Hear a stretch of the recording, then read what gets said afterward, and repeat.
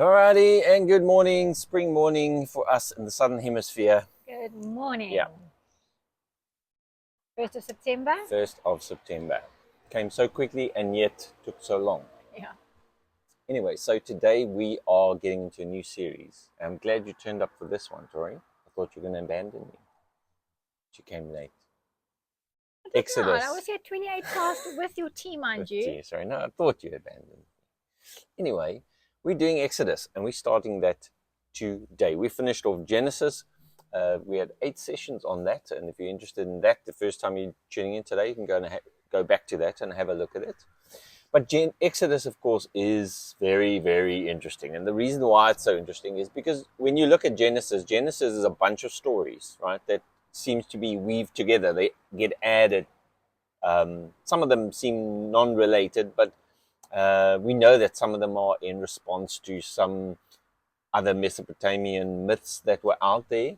And they all seem, I don't want to say disjointed because they put together quite nicely, but they a bunch of different stories put together.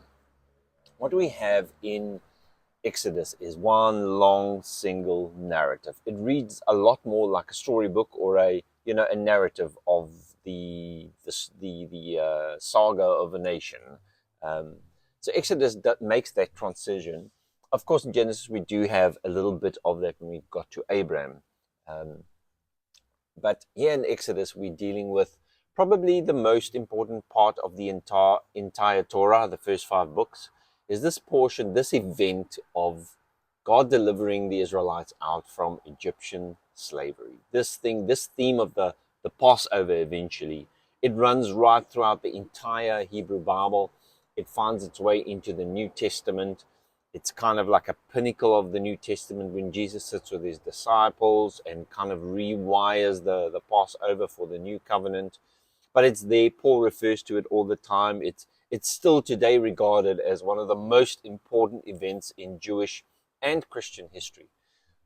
The event in which God delivers the Israelites from Egyptian slavery. And of course, then as they go out, they go to Mount Sinai, and there they get their law, and they get a covenant with God, and he's going to make them a royal priesthood, and he gives them a whole bunch of laws, including the Decalogue, those 10 laws, and then a bunch of other stuff we find a little bit later, um, that tells them exactly how they need to live. And so this new nation is kind of birthed for the first time. They kind of meeting God through Moses in that sense. They see what he can do and what he can't do. And one of the things that's so particularly interesting about Exodus is the Israelites for the first time see the power of God at work against the mighty, mighty Egyptians. And guess who wins? Their God wins, right? And so out from this is born this nation that they've been slaves for so long that they don't know how to possibly behave themselves or what God's requirements are. And so they're taken to this mountain, Sinai or Horeb. And at this mountain, they are given all these laws. And now, for the first time, they have to find their way as a people of God. And sadly, they have to do this in a wilderness. So, in a very hostile environment, they got to try and follow all these laws. And as we know, they don't do really well with this, and they get punished to stay there for approximately 40 years until most of them that came out of Egypt dies. And a new generation is allowed then to eventually go into this promise of land and of a nation that was given to Abraham and now is manifesting through the nation themselves. And that's in a nutshell what we're dealing with. All right, so at the outset, I just want to make sure everybody knows that this series is based on a book that's written by Prof. Pete Enns from America. And the book is called Exodus for Normal People. Now, I want to say a little bit about Prof. Enns, and you can go check him up online. He's one of the more relatable scholars out there, and he makes an effort to relate to these sometimes very difficult ideas to the normal people like me and you. And that's why it's called Exodus for Normal People. So feel free to go check him out, and he's got a lot of material that you could work through. A very prudent scholar, but also someone that's very relatable, and has kind of made his mission to bring scholarship to the normal person, right? And so in this case, we're kind of tagging along here in taking what the conclusions that, according to him, mainstream scholarship has come to, and we're bringing it across on this broadcast so that the average Christian or the average person can become aware of what is actually out there. As a Christian and as a pastor, 20 years in church, in ministry, full-time ministry, I was never exposed to any form of scholarship on the Bible. And all I had was my dogmatic ideas about the Bible. And so it came as a great shock to me that there are people that were dedicating all of their professional lives to understanding the books of the Bible, and have actually taken the time to search through archaeology and ancient writings to find out what we know, what we don't know, what can we know, what can't we know. And this is kind of what these series are about. It's about trying to see how ancient Israelites would have understood the book of Exodus, and what would it have meant for them. All right. So that's the whole idea, is to bring general scholarship. So I also want to say that the scholarship that I'm bringing across here is what is considered to be mainstream scholarship. It might not be accepted by the fringes, which would be very strict apologists or very radical atheists. But this is the conclusions that the mainstream, the middle stream of scholars come to when they take the evidence into account. All right. So if all of these things come as a big shock to you or as strange, it means that you're as normal as we are. Okay. So Book of Exodus is about deliverance of the Israelites from Egypt and Egyptian slavery specifically. They go out, they go to Sinai, there God meets them, and it's preceded by the origin account, the book of Genesis. We spent 8 weeks on the book of Genesis to try and show that Genesis is the origin story for the nation of Israel. And now here in Egypt, they have now become a nation. I think, as far as I know, Genesis leaves us with about 70 of them going into Egypt and having a great time. But Exodus now brings us to a place where there's a massive amount of these people, according to the Bible, and they have been subdued into slavery, and they're living horrible lives, and God is about to show up, remember them, remember his covenant with Abraham that is also with them, and about to pull them out from there. Right. So in order to understand Exodus as an ancient Israelite would have understood it, we need to make work of trying to read the book of Exodus through ancient Israelite eyes, right? So we need to try and establish when was the story of Exodus written down. That's important to us, right? Because then we can understand better why it was written, because if we have a when, it means we have a context, and from the context we could possibly assert why it was written, and then also how the story would have made sense to the people to whom it was written during that time.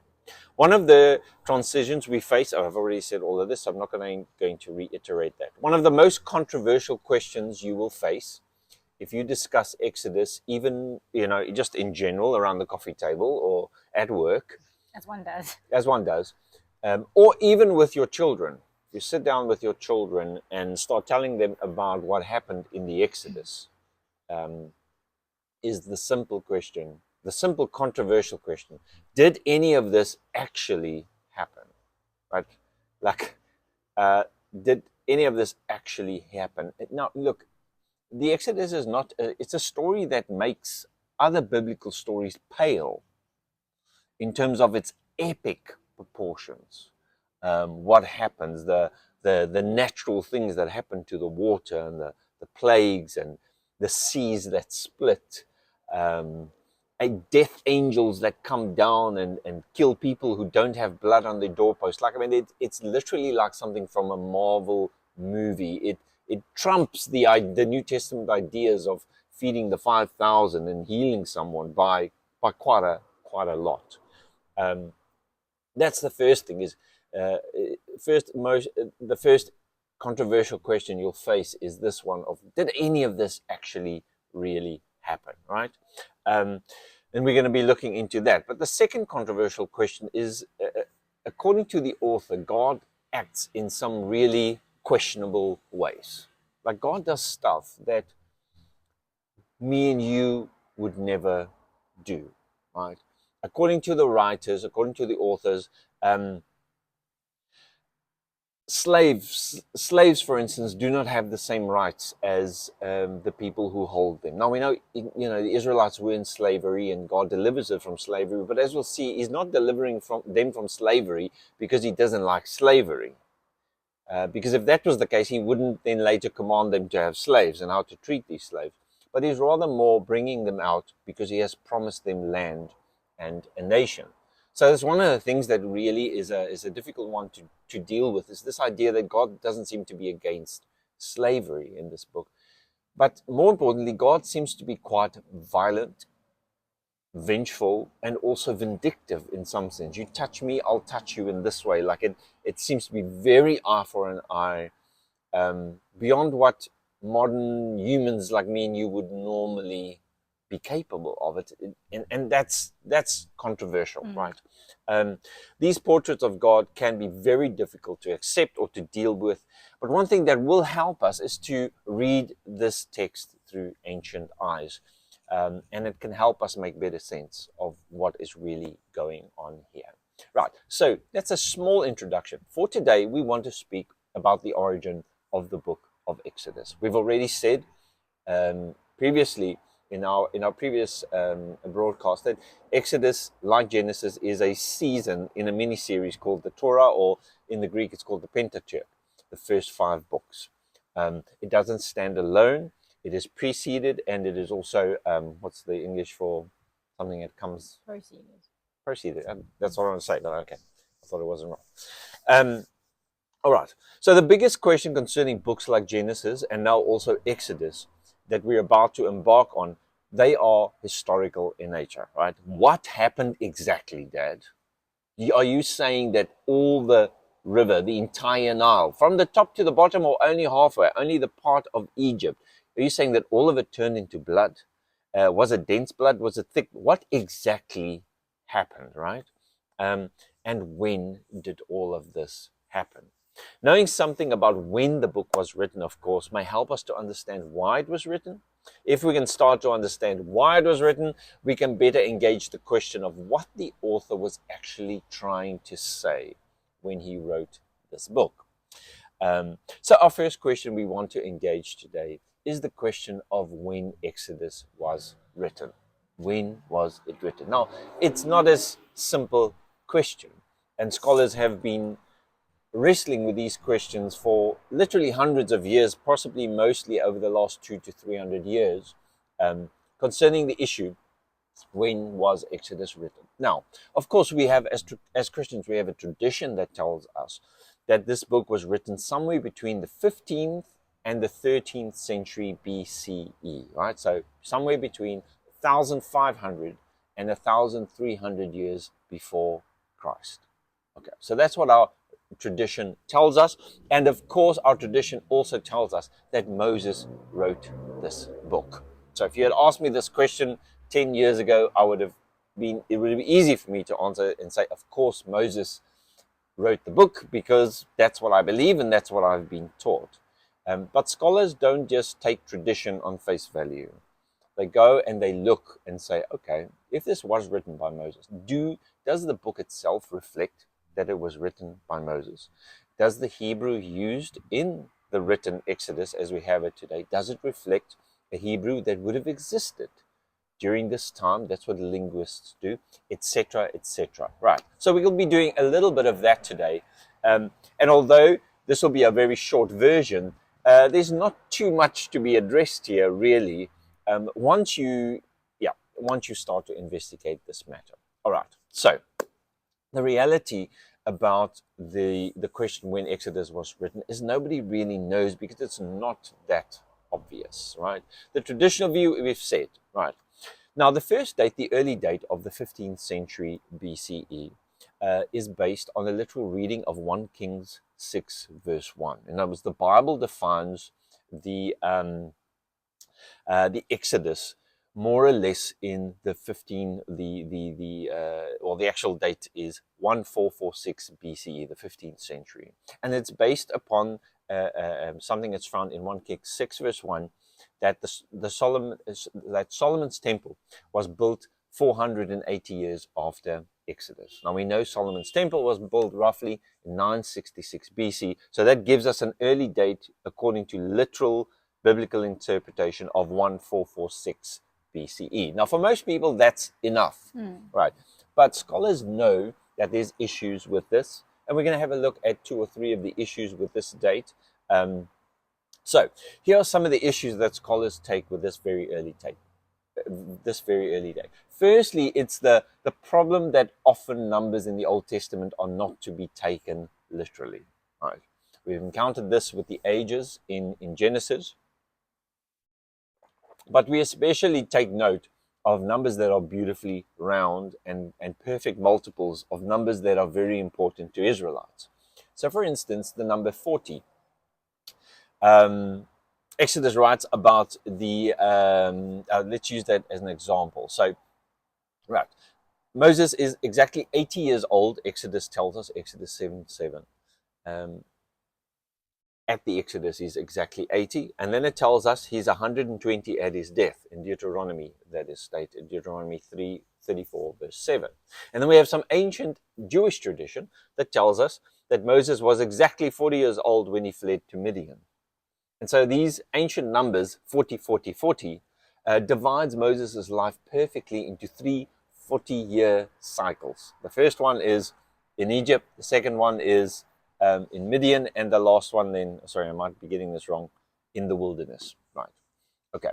So this seems to be a little bit suspect in terms of actual dates, because we know that 40 is such an important year, a number for a period of testing. For instance, in the New Testament, we'll find Jesus being for 40 days in the wilderness.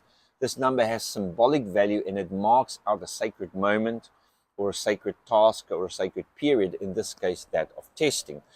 So 480 is 12 times 40, and we know what 12 is. 12 is a very important number in the ancient world, but also just in Israel, because there were 12 tribes.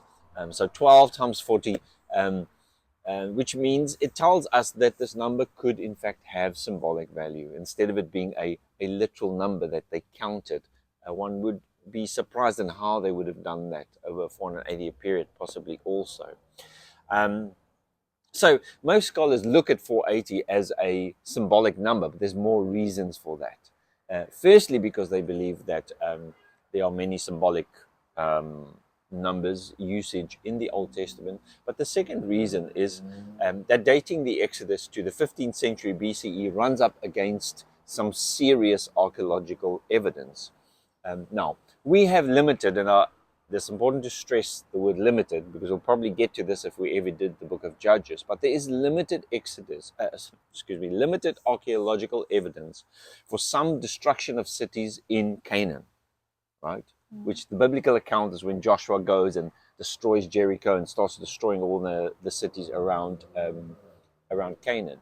Now, we have some archaeological evidence of some cities that went through some destructions. It's not as big as we read it in the scriptures, and as far as I understand, Jericho didn't have walls that fell. But the point is that those archaeological landmarks, they hail from the 13th century, right? So that's 200 and some years later. Yeah. So it would be very odd to think that the Israelites came out in the early 15th century. Then there was a 250 and 300-year period before the destruction of the cities in the land of Canaan. In fact, the Bible doesn't leave much more than 40 years. So this period would be a too long a period. So we have that archaeological evidence that seems to indicate that the Exodus must have taken place quite a lot later than the literal date indicated by the Bible. The third little thing is that we actually have evidence of Israel being mentioned by name by Egypt that happens quite late as well. So let me just read this down so I don't get this wrong. In 1896, archaeologists found a 10-foot high Egyptian monument that was called the Meneptah Stela. Meneptah, of course, was the name of a pharaoh. And on it was many of his military victories engraved upon that he accomplished in the north. The north is the land of Canaan. So what makes this discovery such a big deal is that it is carved around 1208, and it's the end of the 13th century, or you can say the beginning of the 12th century BCE. And it mentions Israel by name. Now, as far as I know, this is one of the earliest, I think this is actually the earliest, if not the earliest, maybe one of the earliest, but I'm pretty sure it's the earliest mention of the name Israel outside of the Bible is in the beginning of the 12th century BCE. And it is mentioned by an Egyptian pharaoh that is writing about his military conquests and in a land where the Israelites would have been or were supposed to be at least. So the point is that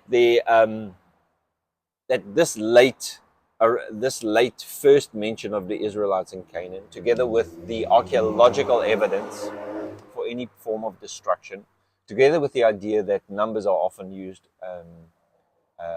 symbolically in the scriptures in the Old Testament. For these reasons, there might be more, but these are the main ones. Most scholars believe that the Exodus date has to be quite a lot later than earlier. In other words, not in the 15th century, but possibly in the 13th, and most of them push it towards the middle of the 13th century BCE. So that's around about 1250 BCE. All right, so we more or less have a date, the best estimate we could get to with the current evidence we have for the Exodus. 1200 and some years before Christ. Okay, so if Moses then wrote the Exodus and the rest of the Pentateuch or the Torah, it would have been sometime in this 13th century, right? So that gives us an idea of more or less when it could be written. But it's still unfortunately not that simple. Although the 13th century is the earliest possible date, the opinion of all but very few French scholars is that it is way too early a date for a book like Exodus as we know it today. In other words, what they're saying is saying the book we have, the book Exodus we have, does not fit in the 13th century. All right, so, okay, why not? And where does it fit? All right.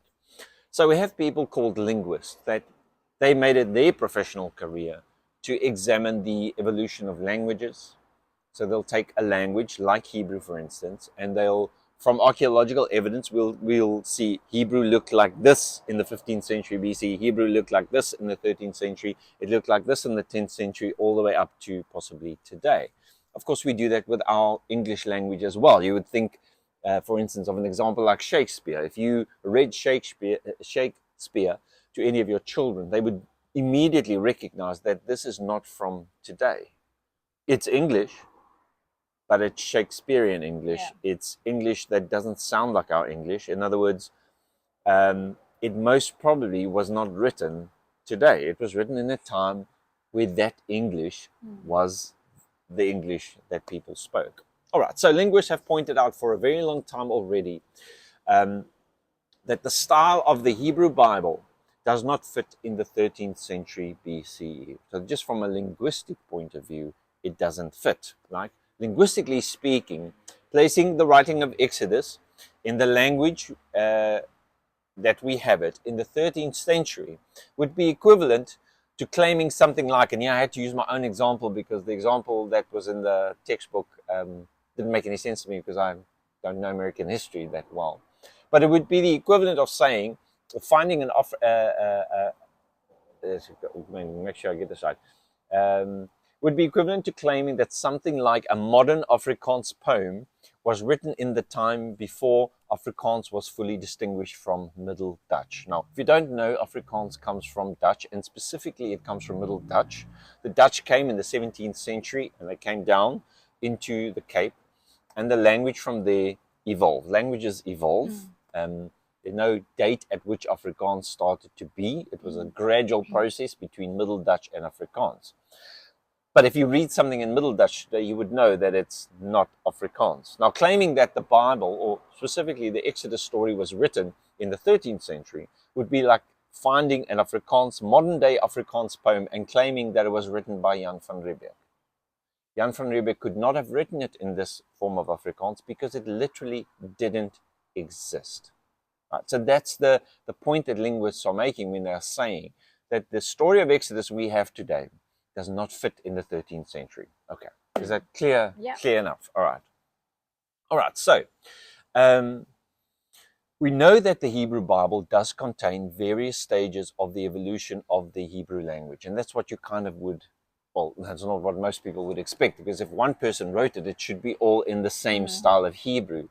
But it's quite obvious for us that the Hebrew Bible, including the Torah, inside of the books, you can see the various stages of Hebrew reflected in the writing of the Bible, and within the same book, you find different stages of Hebrew. Now, Exodus is not an exception to this. For instance, we have within Exodus something very interesting that we'll get back to in our later sessions, which is Exodus 15. Maybe you, if you want to, you can turn there now. You can go there when you have a moment. But in Exodus 15, we have something called the Song of Moses. And this song is dated by, or it's called a poem by linguists. It's dated to the 12th century BCE. Now, that is old. When we're talking about the Bible we have today, and most, as far as I know, most scholars agree that this is the oldest piece of Hebrew that we have in our Bible today, right? Okay, so dated back to the 12th century. We're going to say more about that a little bit later. But the fact that we know that there's this evolution of Hebrew which took place and that it's evident within our Bibles means that linguists can also say with quite considerable confidence what era the Bible was written in. Yeah. And as we have found when we did our series on Genesis, surprise, surprise, the majority of the Old Testament was composed from the 7th century BCE on, according to linguists. So 7th century BCE, for people who read the Bible, that's the century after the annihilation of the northern 10 tribes by the Syrians, and right before this, in the century before, the 6th century, which early in the 6th century, Judah goes into exile. So we're back at the time right about the exile. So the point is this, that Exodus, as we know it, cannot be as old as the 13th century BCE. And then therefore, Moses could not have written it. Just like Jan van Riebeeck could not have written a modern Afrikaans poem. It doesn't work. So the point is not that possibly Moses could write. Possibly Moses was educated in Egyptian court, possibly could write Egyptian. I don't know. We don't know about that. All we know is he didn't, what we have today, he did not write that because the language didn't exist. So we can theorize, but we don't have evidence for any of that. Now, that's not what us Christians want to hear. We want to hear Moses wrote it, because that's what our Bible tells us in later parts of the Bible. But it's also quite interesting that nowhere in the Pentateuch, the Torah itself, does it say that Moses wrote it, or there's no place where Moses takes ownership of it. Moses is a character in it, like Adam, Abraham, Isaac, and Jacob. Yes, he's the main character, but that's exactly the point. He's a character. He's not the person writing it, and he is spoken of in the third person. So, anyway, that's the first reason why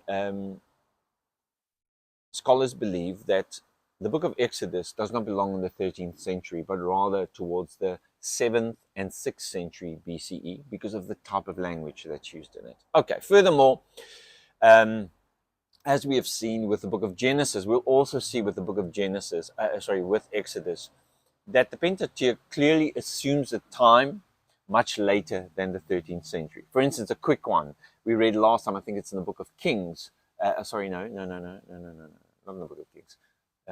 In the book of Genesis, of course. I think it's chapter 35, where the writer says, and this was in a time before there were kings in Israel, which clearly dates us and tells us, oh my word, this had to be written after the times. Kings. Exactly. So there's many of these things, the presence of Philistines, for instance, the presence of ideas like clean and unclean animals, the idea of first fruits, and the others that we've mentioned, the anachronisms in the book tells us that it was set or written in a time long after the stories were actually set in. One of the things that tells us this in the book of Exodus, for instance, is that in Exodus doesn't mention the name of the Pharaoh that does all these bad things. Now, that is really, really weird. Really weird. Because the writers of the Torah never ever shy away from writing the names of the evil kings or the horrible kings or the pharaohs or the Assyrian kings that do them injustice. But in this case, the name of the Pharaoh is not mentioned at all, which is it's a really strange thing, but it's something that scholars believe indicate to us that they didn't know. By the time the story is written down, they actually didn't know the name of the Pharaoh. So that's something we can just think about a little bit. Another example is we found in Deuteronomy where Moses' death is spoken of as something that happened a long time ago, so that they could no longer remember where he was buried. Okay, scholars have questioned the dating and authorship of Exodus since the 17th century already. People started thinking I think it's with the dawn of a more humanistic way of reading the Bible, like reading it for what it says, and the idea of a more modern approach in trying to find out what's really behind everything. And they've got many theories. A lot of these guys have got theories about who could have written it and exactly where. But the point is that most of these scholars agree together that these 5 books, and this is what we can take away from it. Like, there's a lot of things we can't take away, but these are the things we can take away. 5 books of the Torah were not written by one person at one time. That's something we can take to the bank, literally. That's the first thing. They were written over time. And they were edited many centuries after Moses, in and around the 6th century. That's what all the evidence points there. So if we want to answer the question, when was Exodus written and by whom?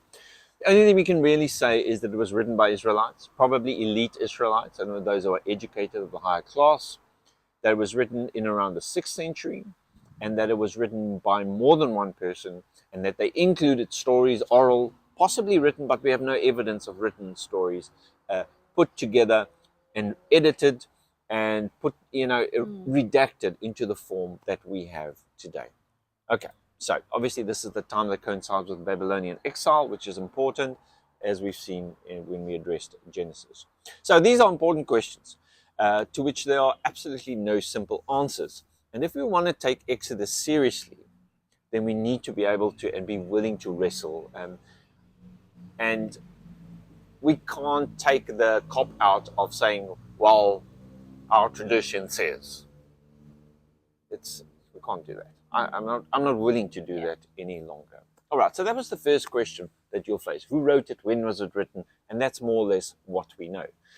The second question is the one we mentioned earlier. Did anything actually happen? Like, is this just a story that was made up out of whole cloth that serves a purpose of moral encouragement, like a mythic story? Like, is this all just not true and they just all made it up? Right. So that's the question.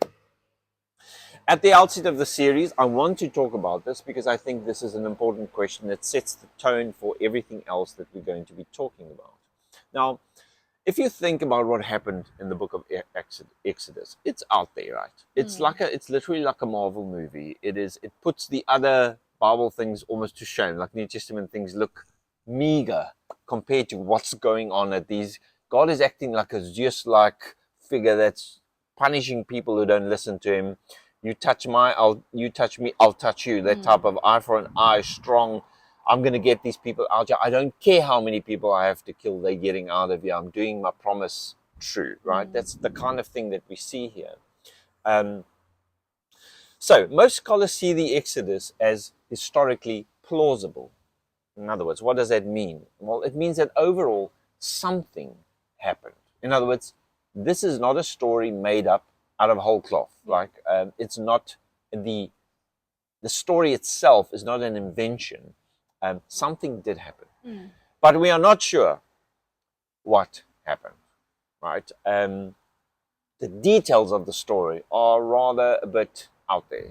Right? The frogs, and the blood and the death angel and all of that. Yeah. It's a bit out there, okay, sure. Of course, God can do whatever he wants to do, and he can do extraordinary things.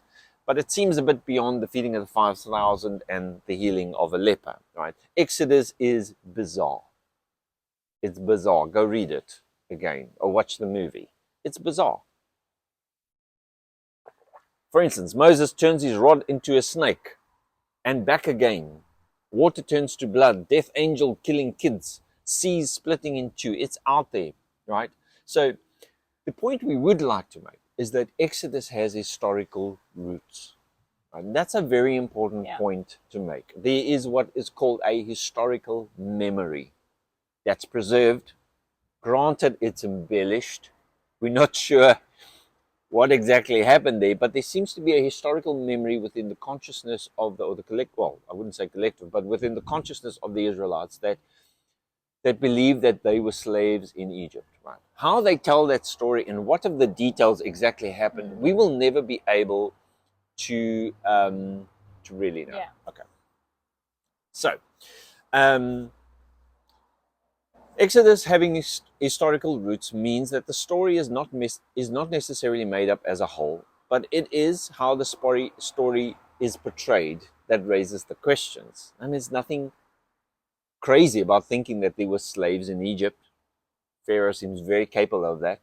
And that at some point that they escaped and went to Canaan and started their own nation. That's very plausible. But how the story is told, it's hard to convince people that these are the things that actually happened. And the main reason is that those things don't happen anymore, right? They don't happen. They haven't happened in my lifetime. Now they happened in yours. So it's hard to think that they could. It's kind of the talking snake type of situation. Yeah. All right. So the term for this type of storytelling that has historical roots but is embellished is called, now don't fall off your seat, but it's called mythicized history. Right. So what does that mean? It means there is a real historical root, but the way in which the story is embellished is got mythical overtones. Right. So that's what I mean when I say embellished. It's embellished with mythical overtones. Now, the word mythical is a word that I think gets abused a lot, gets misunderstood. We've spoken about this before, but in scholarly circles, intellectual circles, the word myth doesn't mean exactly the same as what the common person thinks it means, right? So just something quickly on that. A myth is an ancient story that helps explain why things are the way they are here and now, right? But it does that in terms of a much bigger reality, right? And the bigger reality goes back to the dawn of time, which is creation itself. So the point here that's being made, and this is something we're going to work towards, and you'll see, that the story of Israelite slaves leaving Egypt is told in the rhetoric of creation. It's embellished with the Genesis 1 motives. So it becomes more understanding that they embellished their history with the Genesis 1 creation story. Okay. And this is how the history is mythicized. So historical kernel embellished. Now, this is not, this is completely different from historicized myth. So historicized myth is a complete myth that never ever happened, but then is written as it is actual history. This is not that. This is mythicized history. In other words, there's a historical kernel there, but it's embellished with mythic themes of creation specifically, and war between gods, for instance, also in this case. All right, so if we insist on reading Exodus from a modern point of view, and we want to constantly judge it by, did it really happen? When did it happen? We're going to be missing it. We're going to be missing the point of the story, and we're also going to be missing what it was trying to communicate to the ancient Israelite people. We will look at the historical issues in Exodus. So we'll be taking our time when we go through Exodus to look at things that poses a real historical problem. We're going to be doing that. But more importantly, we want to focus really on what was the theological message of Exodus, in the same way that we did with Genesis. Even though you might not want to believe in water turning to blood, put that aside. What is the writer trying to say when he told the story that God was turning water into blood, specifically the Nile into blood? So we can be focusing on the theological ideas. Okay. So the next question is this. If it has historical roots, what are the historical roots of Exodus? Like, what can we hold on to and say, this is historical? The answer in a nutshell is not much, because we just don't have evidence of it. Let's work through that for a couple of minutes, and that'll be the end of today. So, Israel's national history starts with the shame of enslavement. Now, that, scholars say, the idea of embarrassment means that nobody's going to make up a story about your nation starting off as slaves. Right? You're going to start grand. If you're making this up out of whole cloth, you're going to start with a much grander start. So scholars say because this history of theirs starts with enslavement, this probably is part of the historical memory and the historical root of the story. There was a type of an enslavement of these people, or part of these people, at some time, right? Having said that, there's no direct, and this is now where you have to become just real about actual evidence outside of the Bible, right? Having said that, there's no direct evidence whatsoever for the presence of a nation called Israel in the land of Egypt at any point in history, right? There's no evidence, right? The only record we have for such a story is found in the Bible itself. No Egyptian evidence, no evidence from the surrounding nations, not a hint. Now you might think, oh, that's not that important, that's not such a big deal. It's a huge deal. The Egyptians wrote stuff down. So much history written about the Egyptians. But not only that, the nations surrounding them. As we'll see in a moment, the nations surrounding them would have made a great meal of a bunch of slaves beating Pharaoh. There's zero ever written down about any of this. Now, a lot of people say, okay, well, that's understanding, because if the Egyptians suffered such a great loss, they wouldn't write it down, and they wouldn't want to remember that. But the reality is that nations didn't deal with embarrassments in that way, because it's impossible to get rid of the story. But because there'd be diplomatic channels, and the nations surrounding would pick up on these things the Israelites would be telling people, you can't get rid of the story. What you do is you spin it. You give it a spin in your own favor. That we have lots of evidence for, where ancient nations span their embarrassing stories into their own victories. But even a spinned version of this does not exist. That's a real problem for the historicity of what's going on in the book of Exodus. How could such a huge event be kept secret from all the diplomatic channels, from word of mouth, from all the Amorites, the Moabites, the Edomites, the Assyrians? They would have loved to pick up on this. Seas were splitting. It's too big to hide. And why is there no spinned version, which at least would give us an idea that there was such a type of an event? The silence of archaeology and the archaeology on this is deafening. That's something we need to take note of. Silence of the Egyptian and other ancient sources is a real problem for historicity of this event in the way that it is portrayed in the Bible. But there seems to be some circumstantial evidence. Now, circumstantial evidence is not direct evidence. Go Google it. It's not exactly the same thing. Direct evidence means it can prove the fact of something. Circumstantial evidence is more indirect evidence that you still need to make serious interpretive work to get to an answer. But circumstantial means indirect. All right. So there are some things that we can use as indirect evidence for a historical route. Right, let's have a look at them. There's 3 of them, and then we're done for today. The first one is the poem that's found in Exodus 15, which we understand to be from the very late 13th century.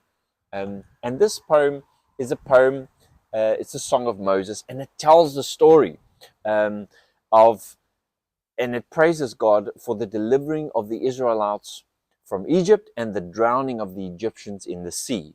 And it's possibly the oldest surviving written memory of all Israelite scripture. The warrior god Yahweh, Yod-Heh-Vah-Heh, exterminated the Egyptian army. So this is something that we look at and say, yo, this is really, really early, number one, and it tells the same story.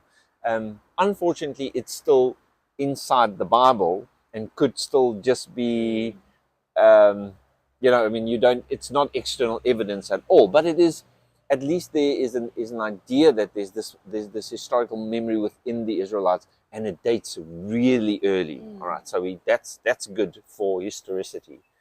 Another bit of information that's good for some historical route is the idea that the name Moses might have Egyptian origins. Now, in Egyptian, the word Mose, I don't know how to pronounce it. I'm making it up. I'm making up my own accent. I'm terrible at it. Mose roughly translates to being born of. That's funny. For instance, the names of pharaohs, Tutmose and Ahmose, both pharaohs meaning born of the god Tut and born of the god Ah. That's really interesting. So Moses, therefore, might be a part of an originally longer Egyptian name that this man could have had. So that's something that tells us, whoa, here's something that it can't tell us that water was turned into blood, but it can tell us that the history of an Egyptian event, that's really plausible. Like it's indirect evidence, right? It suggests a historical memory in Egypt for the Israelites. The third one of these is another clue, and this is, yeah, you have to understand this. I'm going to try and explain this best as I can, but there is documented presence in Egypt. As you know, the Egyptians documented stuff, but there's documented historical, archeological evidence in Egypt for a people that came from the east, which would have included the land of Canaan. All right, now, not going out, coming in. All right, okay, what does that mean? Around, I think, about 1800 BCE, there were Canaanites coming into Egypt, but also later, around 16 in the mid 17th century, a diverse group of Asiatics called the Hyksos. They came and they invaded Egypt. So here we have historical evidence for a group of Canaanites coming and invading Egypt. Okay, what's that got to do with anything? They ran things for about 100 years in Egypt, right? Now, these people came from the same general vicinity that the Israelites were clearly documented in at some later time. Now, just make sure we understand these people were not Israelites or worshippers of Israel's God. They had their own gods, and they were also not captives. Okay, so what's the point of mentioning them? Well, they were invaders, and their presence in Egypt, of course, long predates and cannot this corroborate any form of Exodus story. Fine. But it might have some relevance to us for the story of how the Israelites got into Egypt. Maybe some corroboration of the Joseph story of how the Israelites got into Egypt. All right, so let's just make sure we understand. This is not evidence that tells us there was an Exodus or that the frogs and the locusts were there. But it is circumstantial evidence that could be used to infer that, hey, there might have been a group of Canaanites that at some point came from Canaan and entered Egypt. So what do we have for Exodus? We have circumstantial evidence, unfortunately, only. Number one, the name of Moses seems to be originating from Egyptian time. Number two, we have some evidence that Canaanites came into Egypt. And then the third one I've already forgotten. We have the very early Song of Moses, in which an Israelite source tells us that there was some form of Egyptian slavery from which the Israelites were delivered. Okay, so Now, although there are indirect circumstantial evidence, as we have shown, connecting the Bible to its historical roots, in the end, the book of Exodus really tells us an important ancient story that answers ancient questions, right? And that's what we're going to be focusing on. What is the story of Exodus really telling us? It is not possible for us to prove the historicity of the story. By circumstantial evidence, we could posit that something happened concerning Egyptian slavery and some form of exodus, just in terms of people leaving the land of Egypt at some point and going to Canaan. That's all we could possibly get to. That's a very far stretch from this account that's so detailed. But we want to focus not on so much historicity, but what is the story saying? We want to see, how does it tie into the greater narrative of creation, the greater terms, the bigger reality in which the story was actually told. So next week we'll do a quick overview of the book of Exodus, and then we'll jump into the rest of it as soon as we can. Okay. Thank you so much for being with us today. We hope you have a wonderful Sunday and enjoy your week. See you next time. Cheers.